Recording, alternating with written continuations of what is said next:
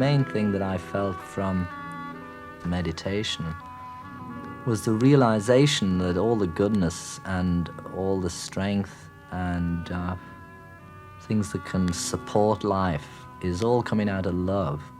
And not just as simple as, one guy saying to a chick, I love you, like an emotional sort of thing, that is. But the love of just real love, which is like unconditional love. Because so often we say, I love you if, I love you when, I love you but. And that's not real love.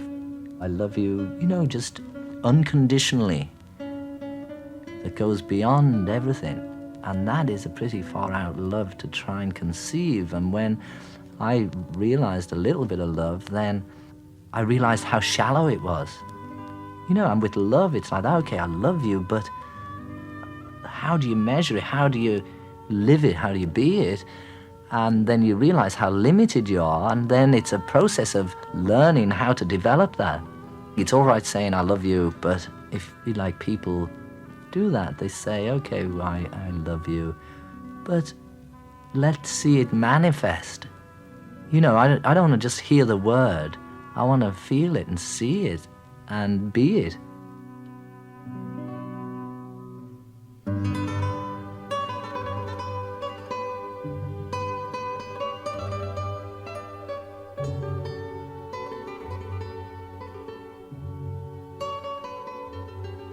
Initially, he was known as the Quiet Beetle.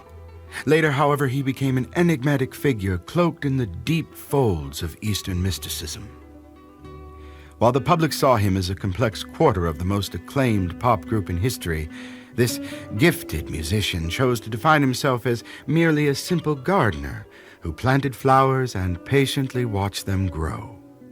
George Harrison was born February 25, 1943, in Wavertree, Liverpool, the fourth and youngest child of bus driver Harry Harrison and his wife Louise. Growing up in a modest council house in nearby Speke, young George was a well-behaved, good-natured child who especially loved to play on a giant meteorite outside the Wavertree Baths. There were, however, early glimmers of the man of character and substance he would one day become. During his family's budgeted holidays in pastoral Wales, lodging in sparse stone cottages honed his love of the simplicities of rural life.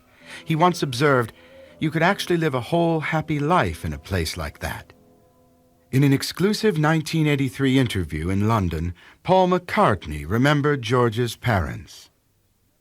Harry Harrison and Louise Harrison. Harry was a bus driver who was a great man, lovely man, but forthright, very sort of straightforward. He would run over a dog with his bus rather than swerve, and quite rightly too, probably, because he might kill people. I remember always being a little bit disturbed about that hardness, but he was a good lad, Harry. He was a real nice man, sweetie. And Louise was lovely. She was a quite hard lady, but soft side, but she was a hard lady. I remember her pouring a pan of water on some fella she didn't want to answer the door to. She'd tell you, Louise.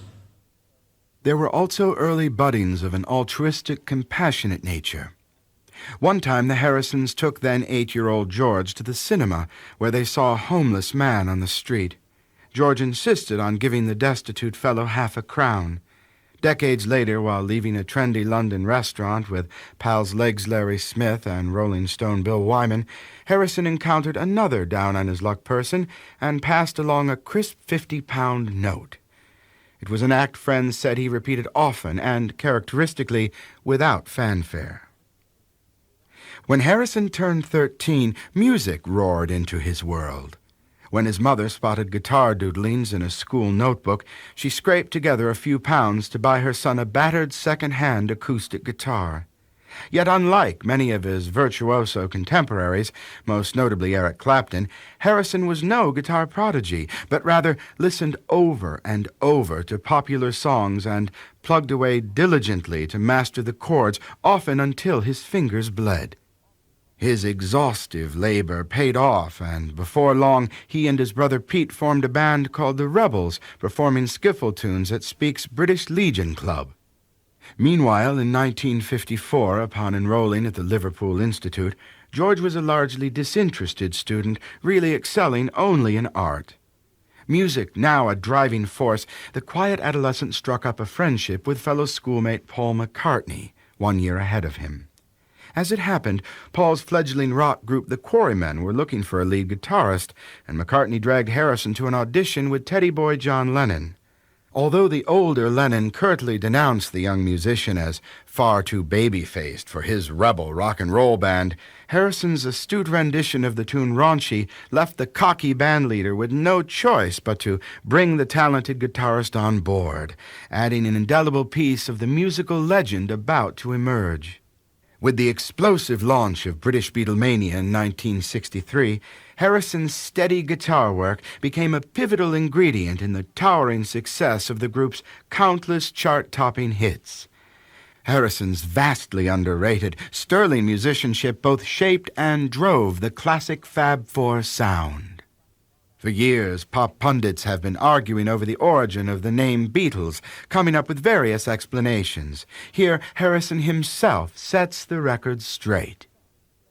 Well, there's always been stories on who invented the name, and there's the versions about how we wanted it to, like the crickets and this sort of thing, but Stuart Sutcliffe, who was an art student with John at the Liverpool College of Art, he was very much into Marlon Brando, and in particular in that movie, The Wild Ones, and I always got the impression when they came that John and Stuart were together that night of the next morning when it came out, we've got a good name. And then in years following, it was always taken that John thought of the name, but I came across I got a videotape of The Wild Ones, and I couldn't believe it when I saw that Lee Marvin saying to Marlon Brando, saying, I forget what the words were, but something like, we think you're a schmuck Johnny, and the Beatles think you're a schmuck Johnny. I said, wait a minute, back that up. And I said, did I hear that? The Beatles.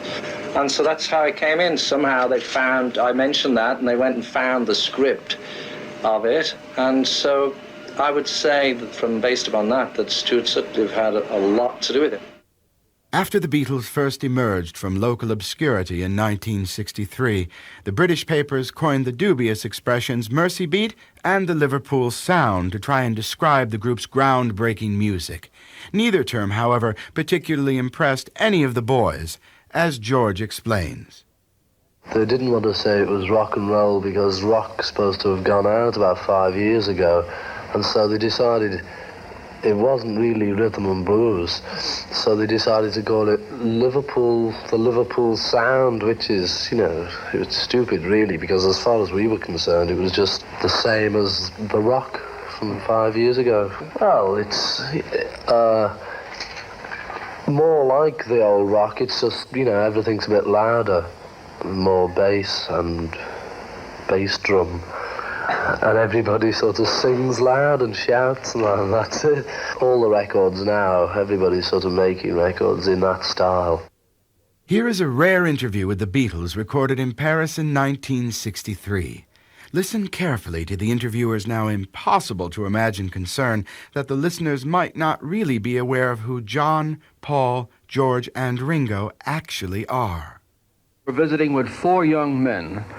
And if I just mention their first names, such as Paul and George and Ringo and John, I doubt if you'd know about whom we're speaking.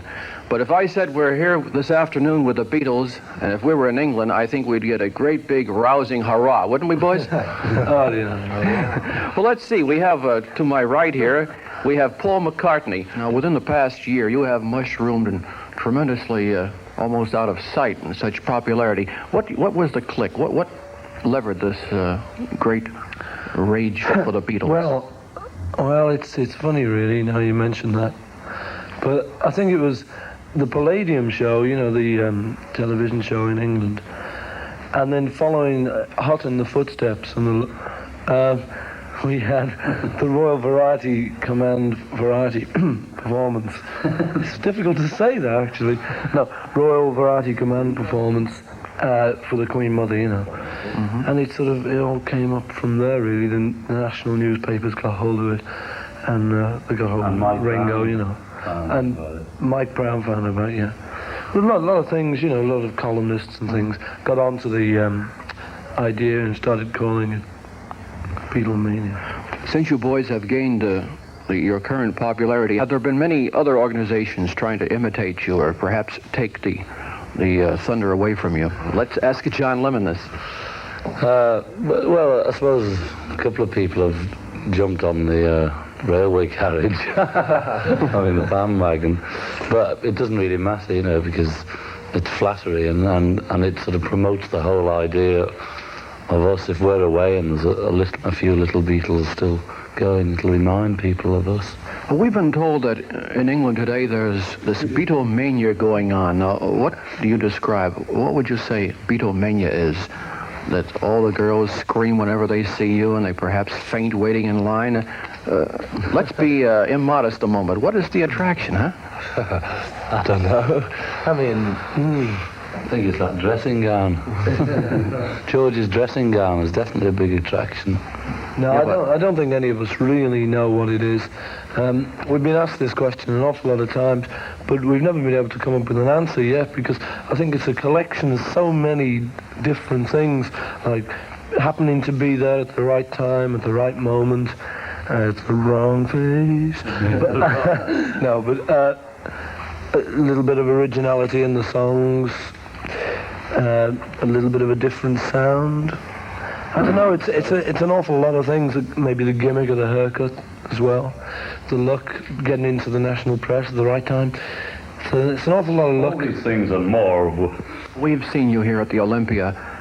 Can you compare the French audience with what you're familiar with back in England? Well, there's a lot of difference, because in England, you see, the audience is a 75% female. Here, 75% male.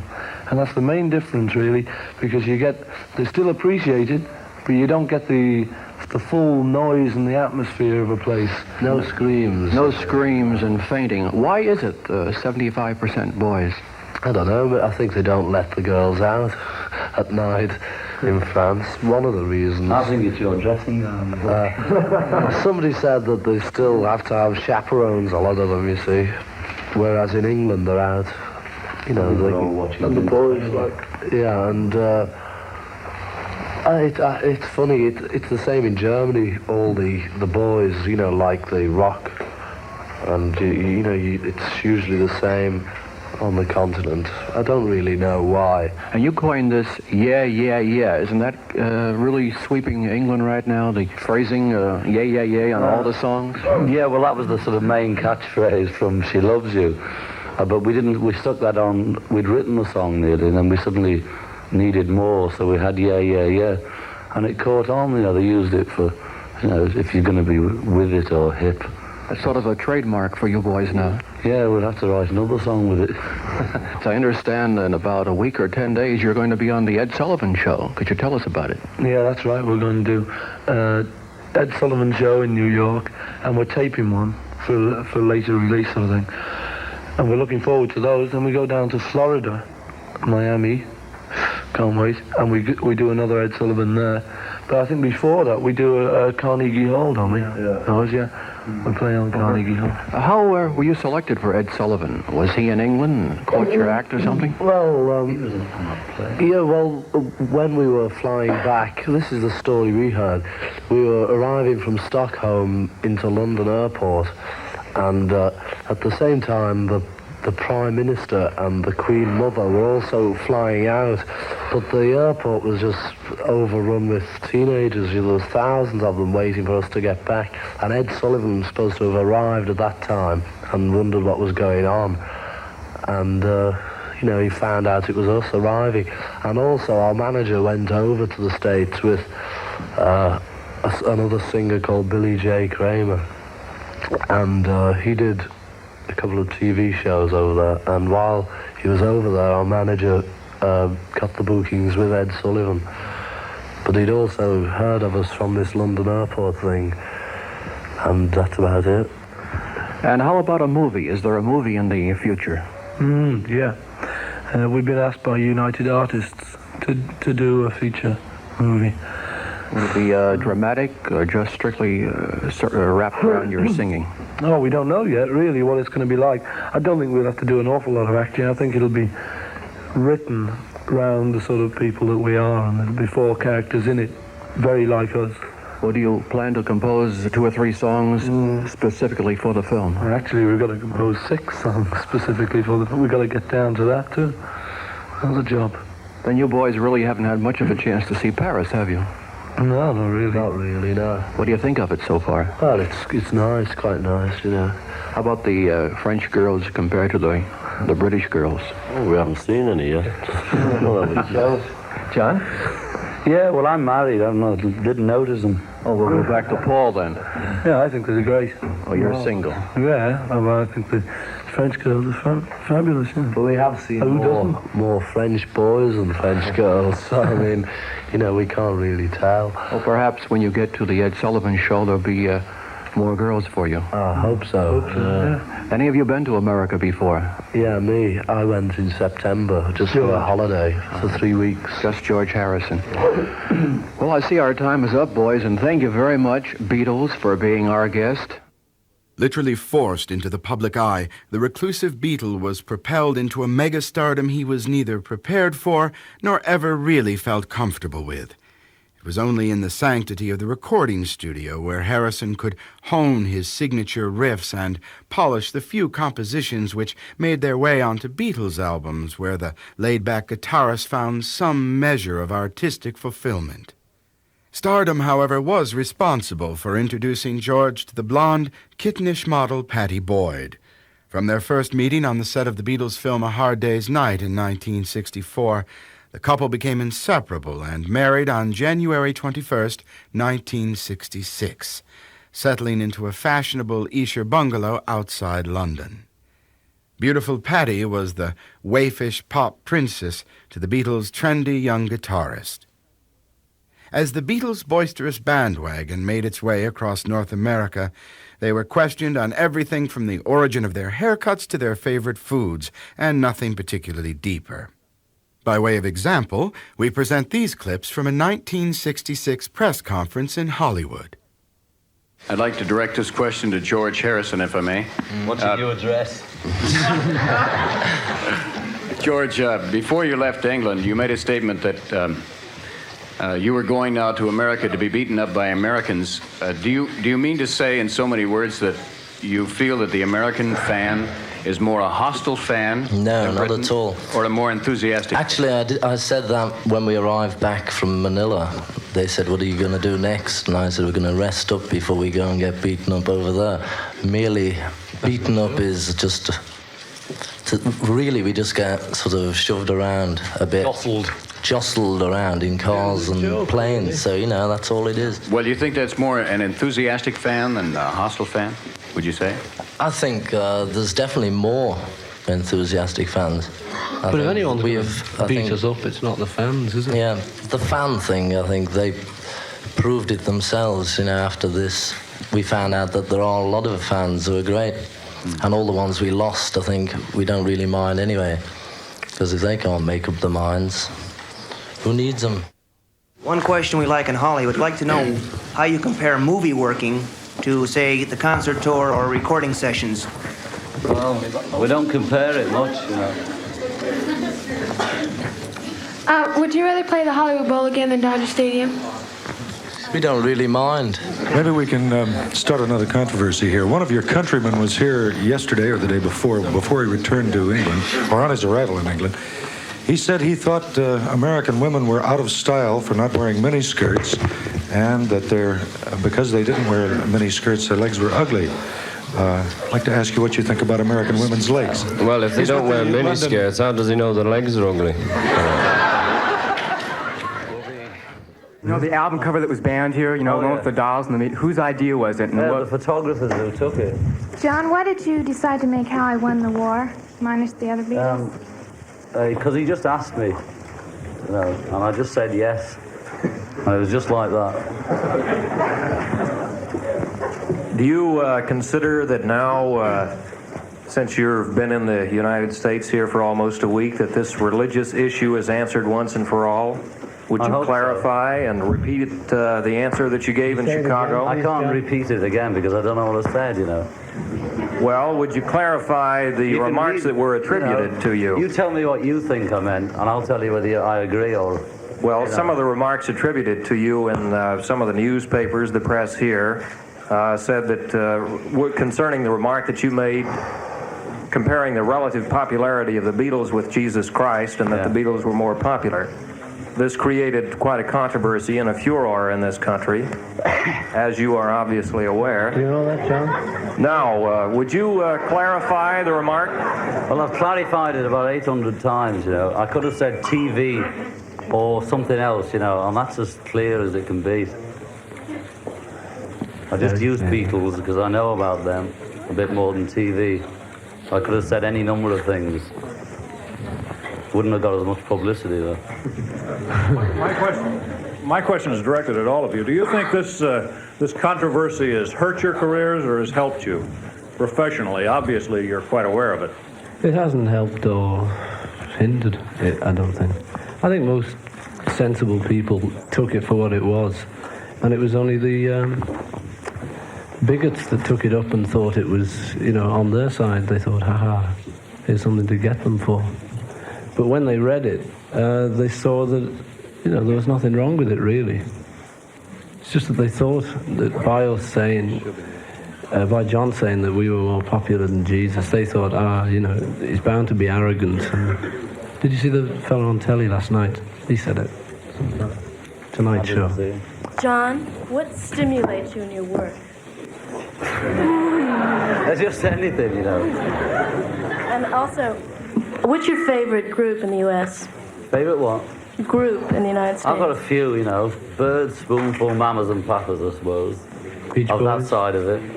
Beach and Boys. Miracles, etc. on the other side of it. My question concerns money. I was wondering if you still have an arrangement with the U.S. Internal Revenue Department to pay your taxes to England through them. Another part of the question is, how much money have you grossed in your current U.S. tour, and is it true that you lost? We don't know. Money's got nothing we don't to know do about with that. You know, We don't do the money side of it, you know. Brian does that. And we don't particularly They worry just tell about us it. what we get in the end. the tax thing. We pay tax and things, but we don't know how much or how much we've made or anything, you know, because if we were going to worry about that, we'd be nervous wrecks by now.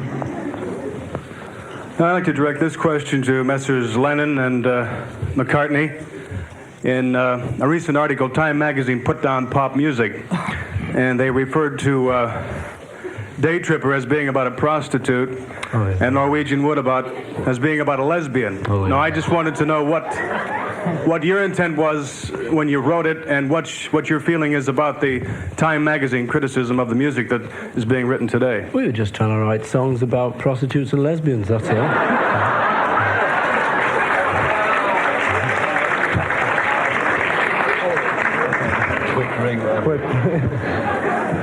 Do you have any, will you be working separately in the future?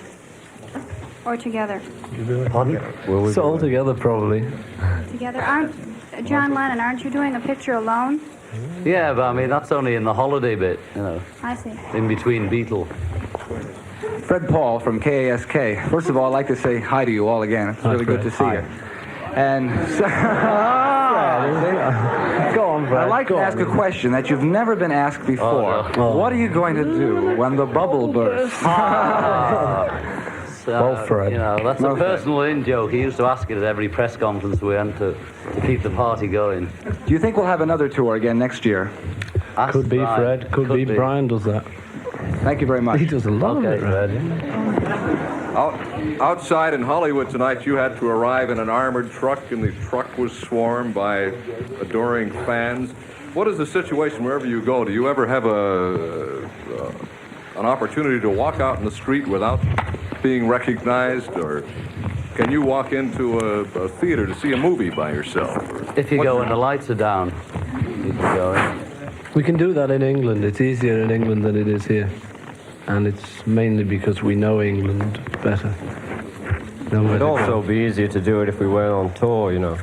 Because we're on tour, people know where we are. That's why we have a crowd. Paul, I waved that out. Paul? Paul? Sorry. Many of the top artists and musicians in the pop field today have said that the Beatles have been a major influence in their music. Are there any other artists who have an important influence on you, the music you create? Oh yes, nearly everyone. You know, we pinch as much from other people as they pinch from us. You know. Ringo, do you carry wild pictures of your baby with you? No. No? Why? I don't carry photos of anything, you know. Thank you. You can remember. You know. May I ask about the song Eleanor Rigby? What was the motivation or inspiration for that? Two queers.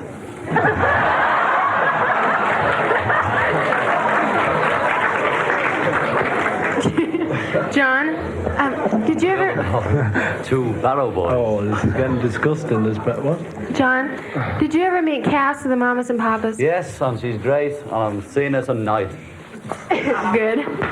Yeah, she's good.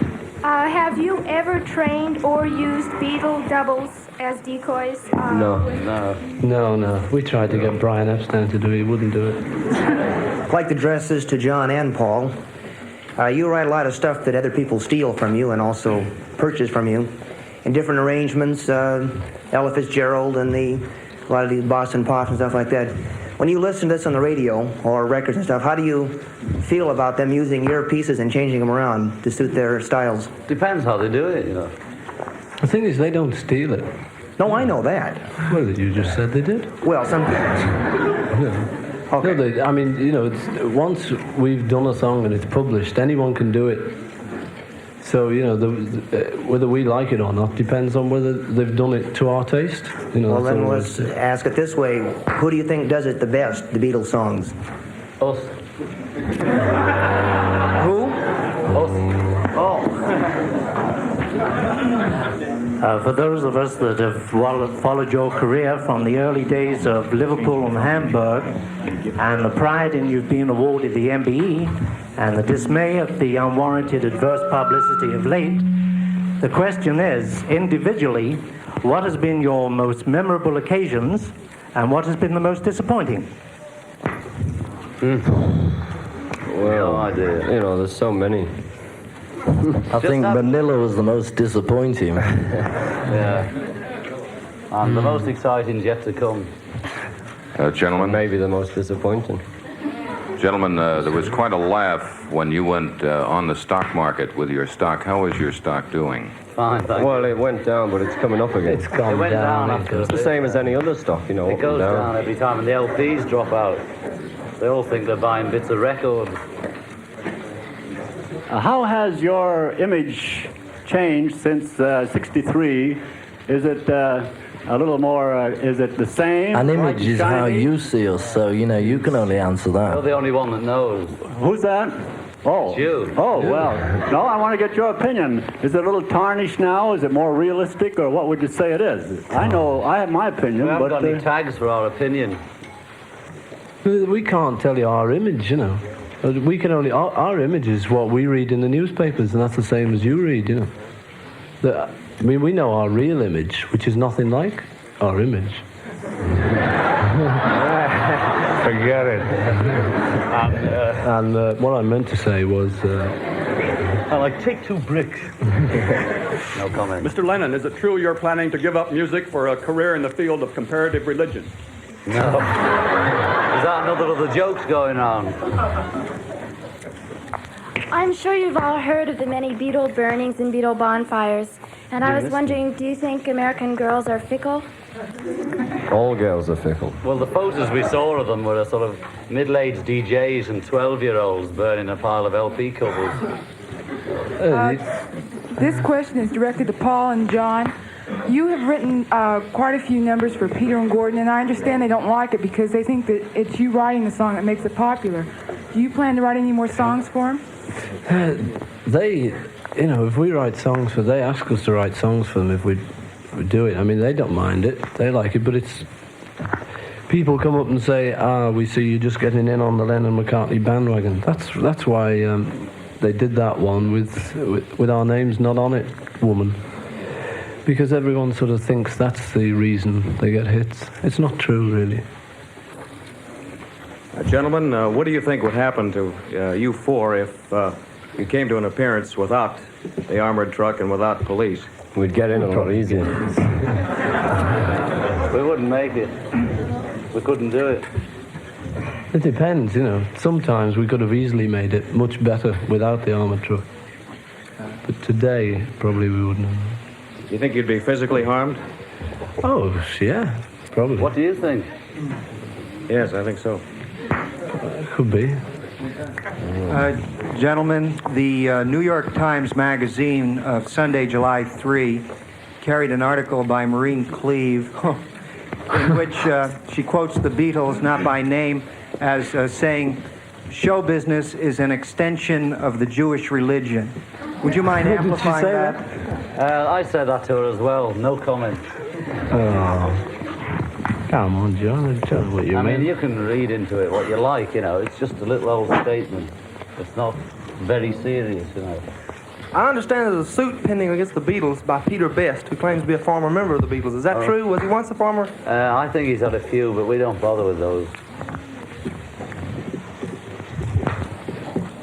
Is this the last question? Are all of your news conferences like this? No. Well, that's not the last I'm talking about all of the reporters or would-be reporters or semi-reporters that show up. Are you besieged by these kind of people throughout the tours that you travel here in the United States? You can't always tell the would-bes from the real thing. So we Is it this way when you travel in Europe? Yes. But what's wrong with the crowd? Nothing. I'm just wondering if you have this many reporters everywhere you go. Not always. But some of them are just onlookers. On tomorrow. This is the last question. Thank you. Tomorrow never comes. It's the last cut on the second side, right? Tomorrow never knows. Tomorrow never knows. Thank you. Could you give me a vague idea of some of the tape manipulation you used when your voice drops into the track, John? Is that sung backwards by any chance and then recorded forwards? No, it's not sung backwards. It's just. It's just recorded pretty straight. You know, there's nothing really. There's tape loops on it, which are a bit different, and the words are from the Tibetan Book of the Dead. So there. The second half of the Peace and Love decade found Harrison casting forth on a journey which drew him ever deeper into devotional yoga. In June 1966, George attended a party at the home of Peter Sellers, where he was introduced to sitar virtuoso Ravi Shankar. The meeting had an instant and profound effect on his life, with Harrison proclaiming Shankar's greatest influence. That fall, George and Patty traveled to India for his intense training on the difficult sitar. Soon George wholeheartedly embraced both meditation and the Hare Krishna movement, which became a catalyst in the cultivation of his spiritual life. Never really content to simply walk the walk in the new spiritual path he was treading, Harrison was inspired to espouse his religious views pretty much every time he found himself in front of a microphone. Here's an all-but-forgotten example from the heady summer of 1967. The indie music was really just another stepping stone to get me onto the spiritual side of it. I'm not sitting around and really studying it, but while I was in India, I just tried to find out as much about it as possible. You know, because in the West you hear stories, you hear, mysticism and all this, and people levitating, and people in the Himalayas in caves. You hear all sorts of funny things. But by going there, it just confirmed lots of things that I'd heard. And I found out it was great, really, because their religion, it's a very strong thing there, because they've got nothing material or very little material wealth. And so the people over the thousands of years have had to turn to themselves, for some answer. And so they've got this great spiritual quality which is lacking in the West. The whole thing of religion in the West, which is, like you were just saying before, a question mark. And people are questioning it, the whole thing, But over there, I found out there's lots of people. There's always been people, like Jesus Christ. Every generation, there's people who know it and who pass it on to their disciples, who pass it on and keep passing it on.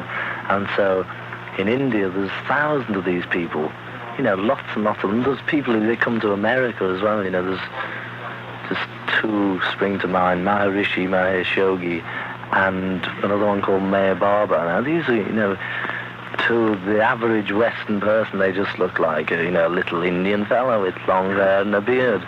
But in actual fact, these people are so hip and so groovy, that they can do all that, all those tricks, that, all those miracles and things, if they want to, but that's not the point. The thing is that they've attained perfection, and that they're going around trying to spread the word, the same sort of thing as Jesus Christ, because it's all the same scene. There's only one religion, really. Whether you're Christian or a Hindu or Buddhist, whatever it is, they're all only branches off one big tree. But it was great because the Indian music led me to that sort of thing, which in return led me back to seeing the whole thing of Jesus Christ. Now I can appreciate him and really understand what the whole thing was about, because there's these people that are there all the time, and the whole point of Christ's resurrection became apparent, because the whole thing of the people who believed in him, because he's there physically, and then after he's been killed, then the resurrection is because he's got complete control over everything anyway, so he can materialize a body anywhere, any time, just at will. And so the resurrection, he does that, so that they've witnessed his death, then they witnessed him there, flesh and blood, and touch him and see it all. And the whole thing of that is so that they can believe in him as the Spirit, as the omnipresent Spirit in everything, which he is. He's here now in this room if you believe. And that's the whole point of, anybody can believe if he's there right in front of you. That's not really believing, is it? But to believe in just the spirit of being there in everything, it's too much, because the more you go into it, the more you see. Plato said, "As for me, all I know is I know nothing." And that's what it is. The more you learn, the more you know that you don't know anything. The fact is, while being a Beatle gave George Harrison literally everything one could want in terms of material comforts, exotic experiences, and creative expression, he remained strangely unsatisfied and even spiritually hungry. For Harrison, Hinduism and devotional yoga was the means by which he sought the peace of mind and spiritual unity he was convinced was the key to a happy life. All things considered, pretty heady stuff for a very young, largely formally uneducated man like Harrison.